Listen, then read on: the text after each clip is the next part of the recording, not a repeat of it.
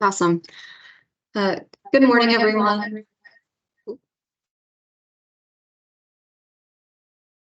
Sorry, 1 second.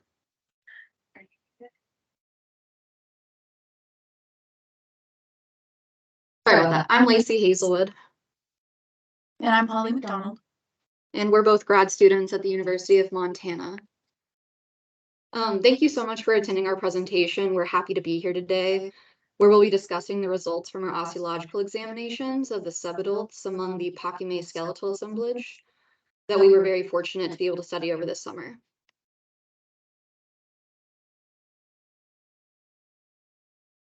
So just to touch a little bit of an overview on what we'll be discussing, we're going to be presenting some background information pertaining to subadults in bioarchaeology, their presence at the sites of Paquimé and Convento, our general research objectives and the methodologies that we've used to create biological profiles, the results of these, as well as our current and ongoing research with molecular and biogeochemical analyses. And just a little warning that due to the nature of this research, the following slides do contain images of real human skeletal remains, just in case anyone is uncomfortable with this and would like to excuse themselves from the presentation. All right, so looking into a little bit of background information on subadults in the realm of bioarchaeology, children actively participated in the creation of the archaeological record alongside their adult counterparts. However, they have traditionally been neglected in the archaeological research and interpretations up until about the 1990s. And this was due to several factors, but primarily the result of sample biases caused by limited preservation of juvenile remains, as well as some problems with methodologies. However, when properly constructed, bioarchaeological investigations can provide further information on the lives of past children, including health, childhood residence, and the presence of violence against them, just to name a few. And why is this important? The importance of subadult inclusion in archaeological research is really highlighted when we consider the fact that we cannot fully understand a culture and its people without considering all people, and this includes children and the cultural role that they play. So looking at subadults at Casas Grandes, they actually comprise a significant portion of the population. Of the 76 total burials excavated at Convento, 32 are representative of subadults, and similarly at Paquimé, 225 of the 576 total burials excavated are subadults. However, despite the high presence of them among the Casas Grandes skeletal assemblage, no subadult-specific demographic studies have been conducted in the region. And up until now, the only demographic information available for the entire subadult population has really come from the data collected by De Peso et al. That was published in the volume 8 of their entire site report.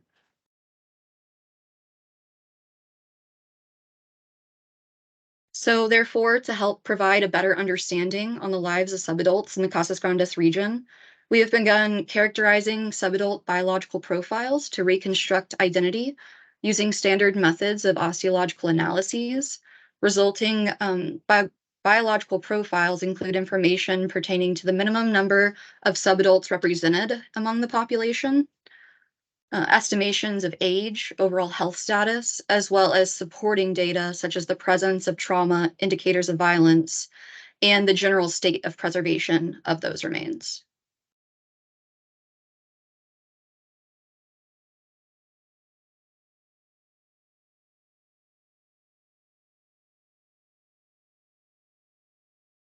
One second, it appears that one of us was kicked out of the presentation.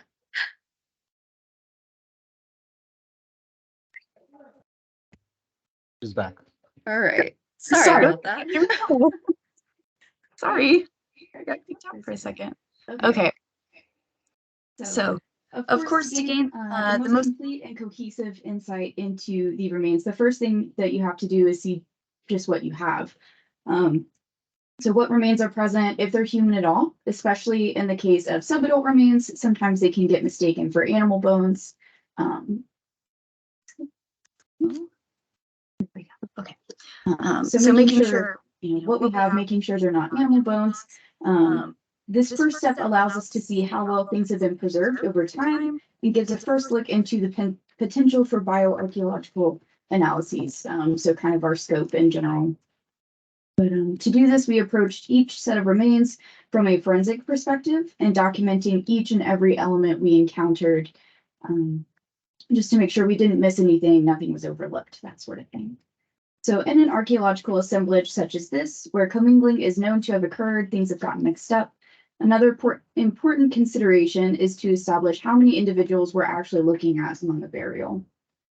So whether commingling occurred in antiquity or during excavation, that sort of thing, intentional or not, may not be discernible, but it can give us insight into what precautions need to be taken when we're building these profiles.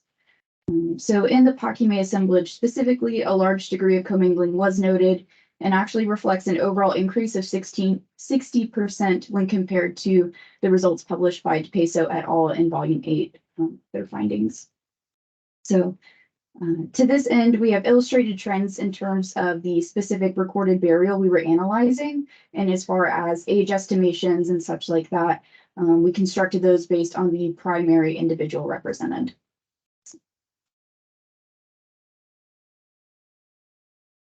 Okay, so once we know what we actually have and who we're looking at, then we need to try and establish an age at death for that individual. So compared to adults whose age is determined more from degenerative processes or how the body kind of breaks down as we get older, subadult ages are given estimations based on how the individual has progressed developmentally, how they're growing and how far along in that skeletal maturity process they are. So the most accurate source of this information in a child's skeletal remains are in the teeth, which grow at a predictable and largely consistent rate between individuals. So considering teeth preserve particularly well compared to bone, this is also advantageous in a highly commingled fragmented assemblage such as this. So basically, you look at the teeth that you have, you assign them to a developmental state based on a dentition chart, such as what you see on the screen, developed by Ubelacher. That one was published in 2008. And then you can assign an age range based on that. So another possible way of determining an age at death for an individual is to examine the development and fusion of epiphyseal centers. So kind of looking at long bones and seeing how they're growing and how far along in that maturity process they are. While this can be influenced by a plethora of factors such as malnutrition, physiological stress, things like that, it can still serve as a valuable source of information when either the teeth are absent or to corroborate what we're seeing with the teeth and making sure it's consistent. So, while long bone measurements might be used in some studies to also help with age estimations, we chose not to do that for this investigation, considering many of those methodologies were constructed based on sample populations that just don't quite match up with the assemblage here as far as location and temporally. So long bone measurements were excluded from these. Aside from general profile construction for a single individual, attention to developmental patterns among bones can also help us with M&I issues as well. So for instance, if we're looking at some dentition and there seems to be some teeth from a much younger individual or an older individual, we can tease out that there's actually more than one person there. So. Okay. So something you might see a lot in sex estimations from adult individuals, but not so much in a skeletal setting for subadults, is biological sex estimations. This is also important to keep separate from gender, as those are social constructions. This is purely just looking at the skeletal remains and observable features of them. But considering that subadults who have not undergone puberty lack sexually dimorphic markers, since those are really jump-started by hormones being produced in mass, they are generally not reliable for analyses as far as sex estimation goes.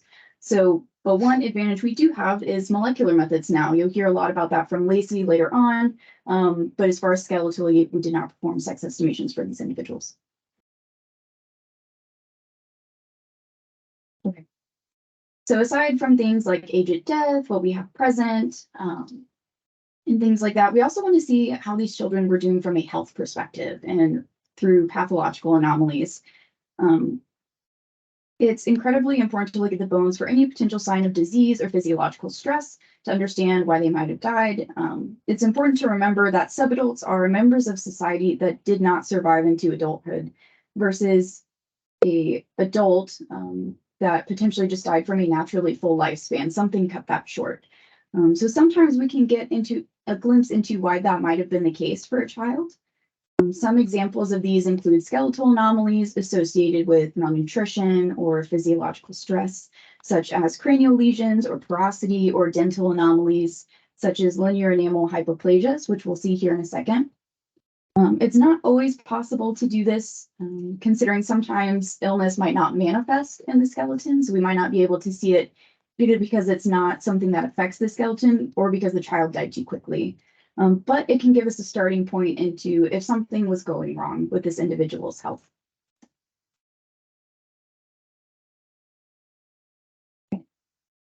So what we have listed here are just some of the predominant pathological anomalies we noted among this assemblage.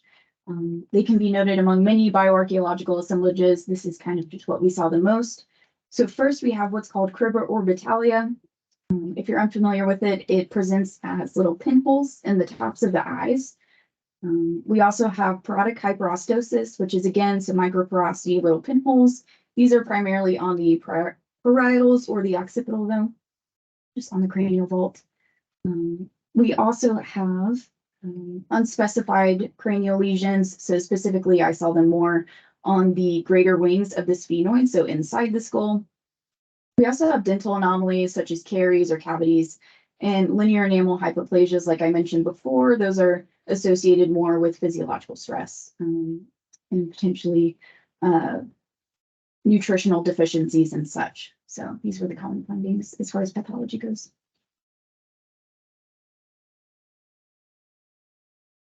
Okay, so we can actually see what's going on here. I talked about all those things, but let's actually look at them.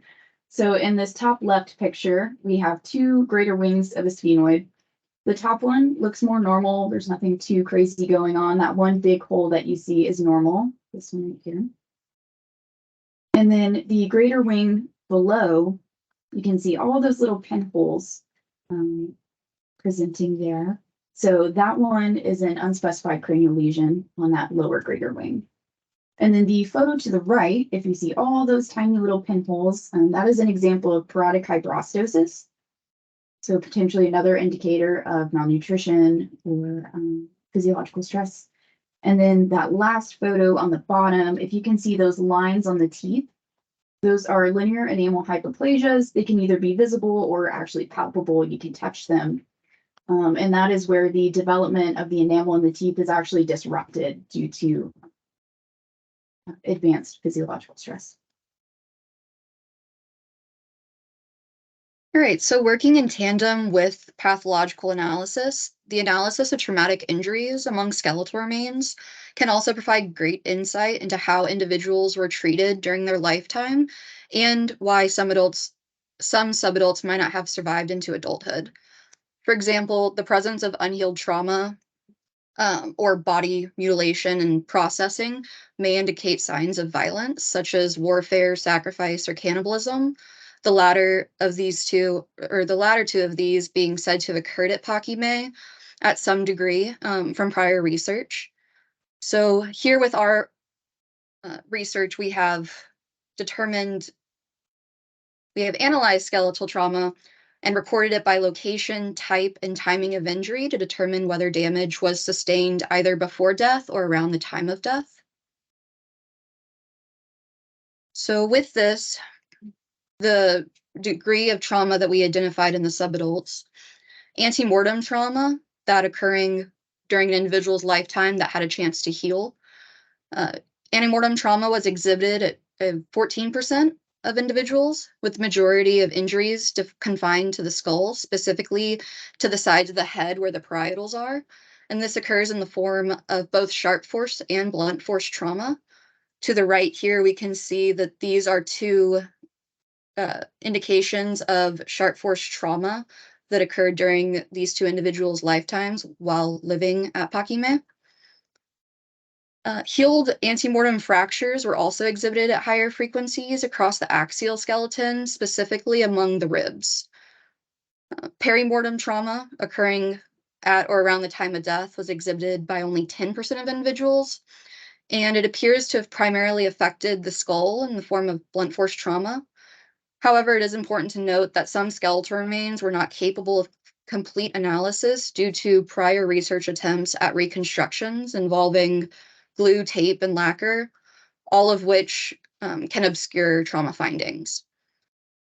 Also important for consideration is that any accidental damage sustained during or after excavation may also render analyses incomplete. So those are just a couple of things to keep in mind when examining for trauma as well as interpreting trauma. All right. In addition to traumatic injuries, all individuals were also assessed for signs of postmortem processing, which is going to be the damage that occurs to bones soon after the time of death as a result of human intentional activity. This can involve the processes that go into preparing, for example, sacrifice individuals, or it could be indicators of just extensive mortuary processing prior to burial. So the identification of this involved looking at certain key characteristics, including cut marks, chop marks, intentional breakage, and thermal alteration. Cut marks and chop marks were observed at the lowest frequencies, but when they were present, they were primarily found on the skull, either in the frontal region, so your forehead, or on the parietals. Intentional breakage was seen in 20% of the sample, with 16 exhibiting signs of associated percussion damage. And this indicates the use of an anvil and hammerstone in the process of breaking open those bones. And this was encountered across different types of skeletal elements, but was seen at higher frequencies in the lower limbs, specifically across the femora and tibia, which you can see a picture here on the top right-hand corner. And then finally, thermal alteration was found among 40% of individuals, and this was most often seen in the cranial remains and femora. The highest degree of heat exposure, known as calcination, was observed only in cranial remains, so it appears that these were exposed to heat at longer intervals than the rest of the body. Moreover, of the 23 individuals that came back with evidence of thermal alteration, 17 of these also had one or more additional forms of skeletal processing involved. All right, so now one individual that really stands out in terms of the extent of both trauma and postmortem processing observed when compared to the rest of subadults examined is burial 411. This individual is estimated to be about 14 to 17 years of age and is of unknown sex. And in addition to showing signs of physiological stress in the forms of cribrorbitalia and parodic hyperostosis, which Holly just touched on, the individual exhibits healed antemortem sharp force trauma across the right parietal and evidence of small perimortem depression fracturing on the left parietal. So we have indications of trauma occurring both when the individual was alive and was able to heal, and then closely to or around the time of, or at or around the time of death. However, what's really more interesting is the fact that this individual has just an extensive form of postmortem processing. 40 cut marks were observed on just the cranium, with 34 of these being observed on just the frontal bone alone. So it's going to be right around here where your forehead is. And these were seen in varying lengths, depths, and directions. 3 cut marks were also found across 2 unidentified long bone fragments.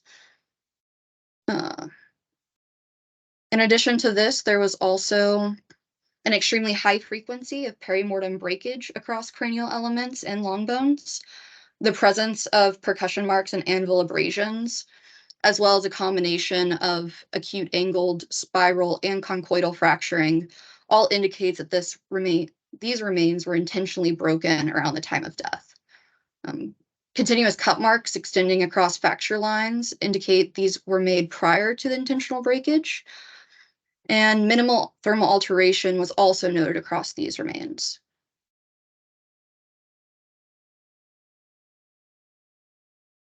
All right, so here on the slide at the left-hand side, we have those cut marks that I just mentioned coming across the cranial remains. As you can see here, there is several decently sized cut marks, all going in roughly the same direction. And this is occurring on the right frontal, kind of above your right eye. Meanwhile, the cut marks displayed down here in the bottom picture, you can see that there's a couple that are going roughly in the same direction. And then we also have some splitting off and going into a different direction on that bottom left-hand corner. On the right-hand side, we have several long bone fragments from 411 with the signs of intentional breakage that I had mentioned, which we can see here by the smooth fracture lines. Bone after someone's been dead for a long time, it does not break this way. And so that's really what is indicating to us that it was happening around the time the individual died.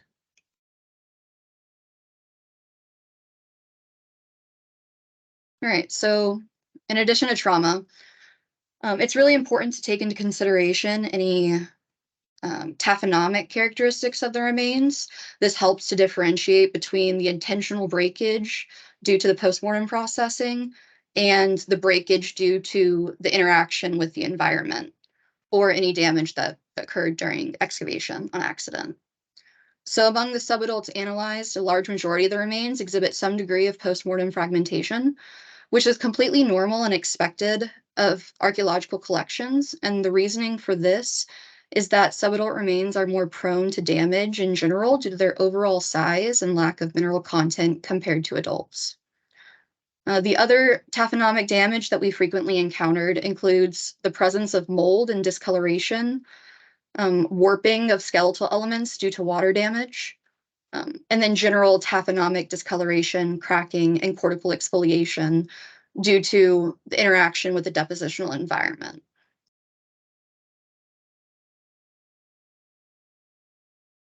Okay, so now that we've talked a bit about our profile constructions, how we went about that, and some of our results, let's get into some more of our general findings. By the end of the summer, we were able to examine 58 of the recorded subadult burials from the Paquimé burial assemblage.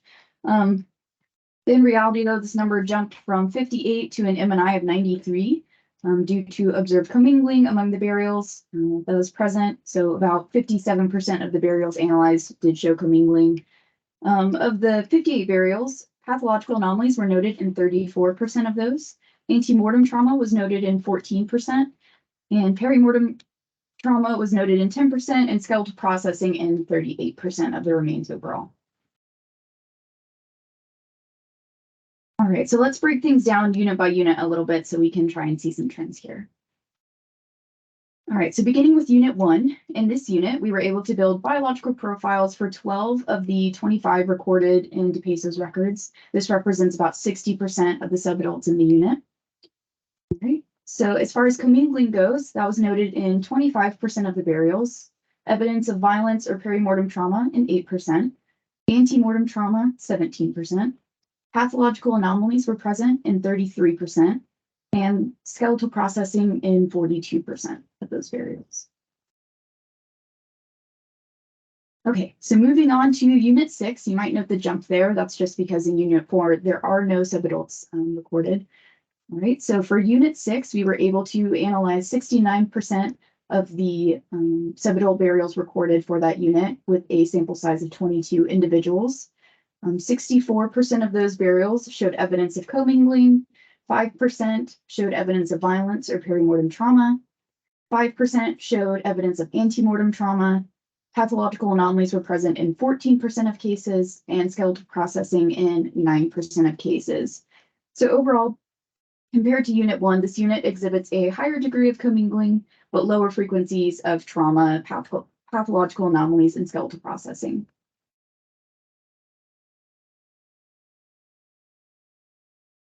So the next unit we have is Unit 8, where we were unfortunately only able to analyze 10% of the remains at this time, which comes out to 3 burials. So in one of those burials, there's evidence of commingling, pathological anomalies, in skeletal processing. Until next summer, when we can look at some more of these, we can't really make any conclusions or comparative observations quite yet. So stay tuned.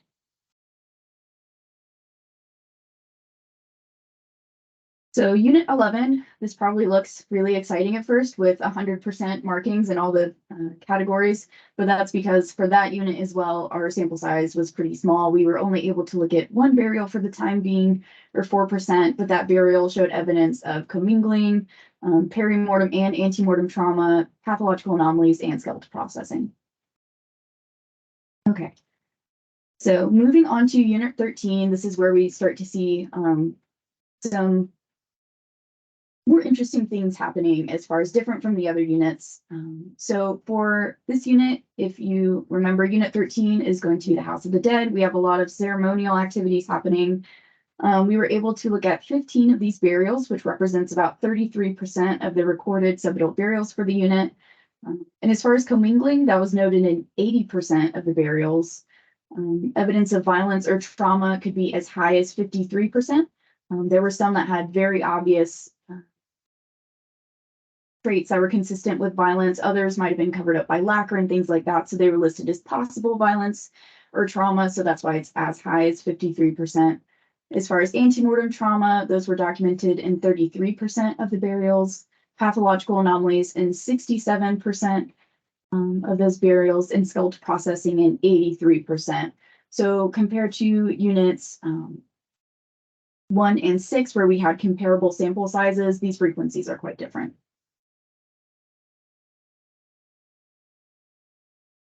Okay.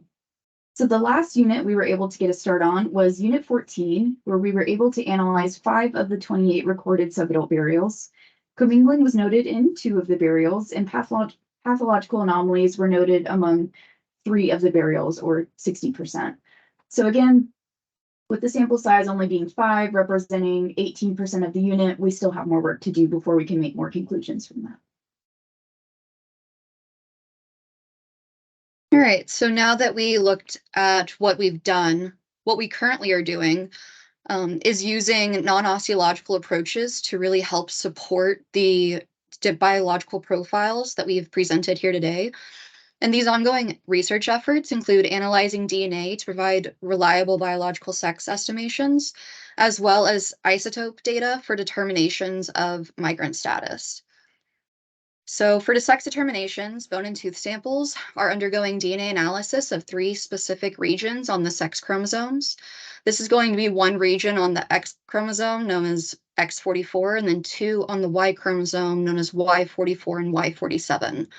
And using what's known as high-resolution melt analysis, each of these regions are melting at different temperatures, which produces characteristic melting curve profiles, which you can see displayed on the right-hand side of the screen here.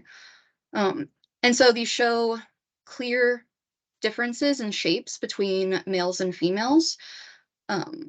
So males will display all 3 peaks, correlating to the presence of both an X chromosome and a Y chromosome.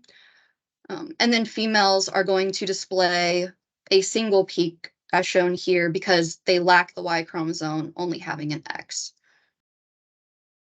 As for the determinations of migrant status, strontium isotope signatures produced using the University of Utah's ICP-MS isotope facility are being compared to those previously established for the Casas Grandes region, which is found in Offenbecker's dissertation. And as for the preliminary results, 26 subadult individuals have been analyzed thus far using both DNA and isotope analysis. And of these, biological sex was able to be assigned for 23 individuals, with 10 males and 13 females being represented. And as for determinations of migrant status, 21 individuals were found to be local to the sites. So everyone that has a numeric value on the far right-hand side of that table, those are all locals.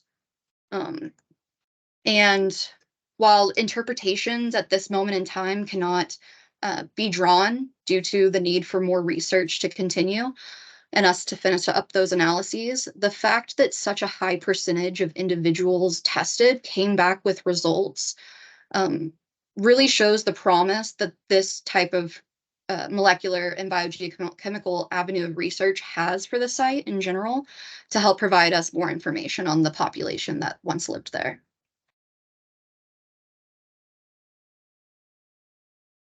All right. So overall, after just one summer of analyzing these remains, it's abundantly clear that the subadults of Casas Grandes have a wealth of information to offer in understanding the history of the site and its people. Of particular note are the documented instances of commingling and large increase in M&I compared to results presented by DePeso in the 8th volume of his published findings. Again, we had a 60% increase. This highlights the need for reanalysis of these remains following the development of more reference materials for subadult remains since their original documentation, which we are more than happy to undertake. New instances of evidence of violence were also discovered among burials that will aid in the understanding of violence towards subadults in this society. We also look forward to being able to examine remains from the Viejo period to be able to understand how the lives of children may have changed over time. We really wanted to get a start on those Convento remains to help start this understanding, but we just ran out of time.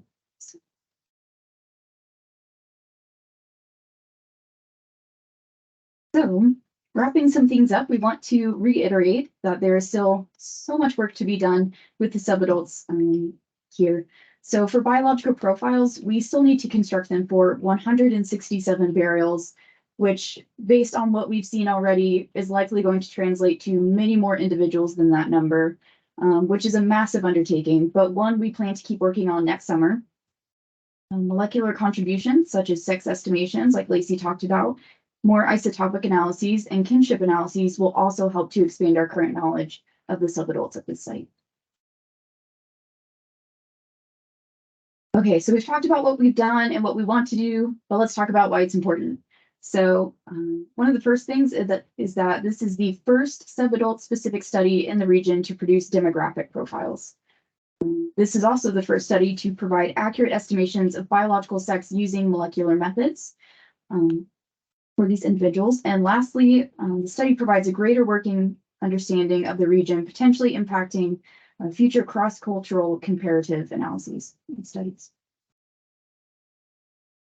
So, of course, none of this work, though, is possible, just the two of us. There are so many people we want to thank, but to just start with our little list here, first, a huge thanks to the Museum of the Cultures of the North, specifically Mauricio and Louise. You guys are lifesavers. We always appreciated your help and kindness to us every single day. Also, INAH and the Consejo de Arqueología, especially Jorge Carrera, for supporting our work and giving us permissions to work with these amazing remains. Dr. Meredith Snow, of course, our advisor, for helping and guiding us along the way the entire time. Dr. Mike Searcy, another just wonderful human that's helped us from the beginning.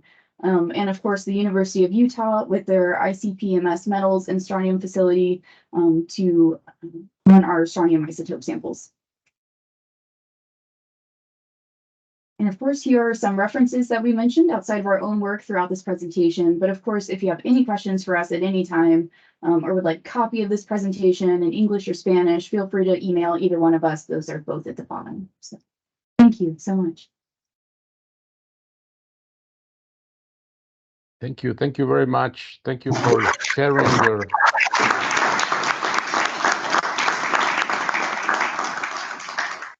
Thank you for sharing with us your research and obviously your time.